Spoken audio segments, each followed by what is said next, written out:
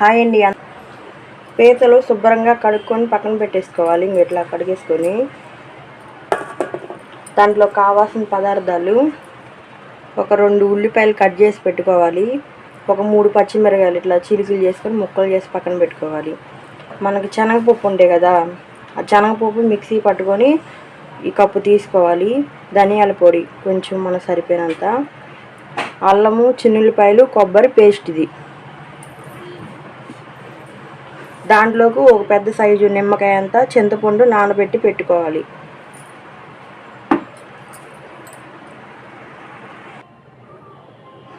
పీతల కూరకి ఇలాంటి సట్టి పెట్టుకోవాలి మనం. దీంట్లో 3 గంటలు ఆయిల్ పోయేసుకుంటున్నాం.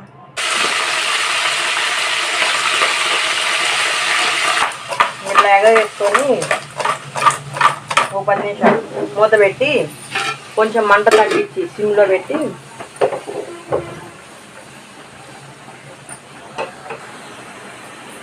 మూత తీసి మళ్ళీ ఇంకోసారి ఇట్లా ఎగరేసుకొని దీనిలో కొంచెం పసుపు, 1 స్పూను,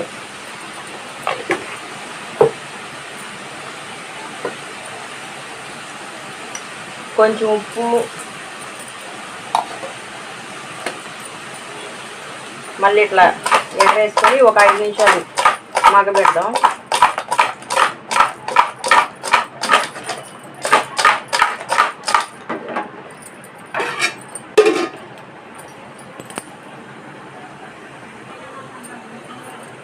ఒక 5 నిమిషాలు అయింది కదా, ఇప్పుడు మళ్ళీ ఒకసారి ఇట్లా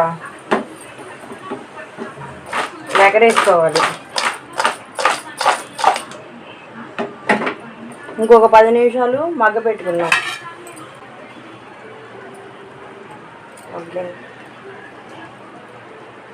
ఒక 2 గంటలు కారం వేసాం కదా, కారం వేసింది కూడా ఇంక ఇట్లా మగ్గిపోయింది. మనం చింతపండు గుజ్జు ఈ పీతలలో పోసేద్దాం.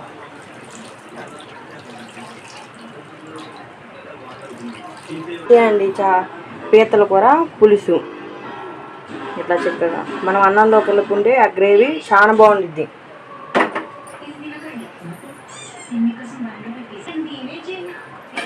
మూత పెట్టేసుకొని ఒక 2 నిమిషాలు అయినాక మనం అన్నంలో కలుపుకొని దాని టేస్ట్ ఎట్లా ఉందో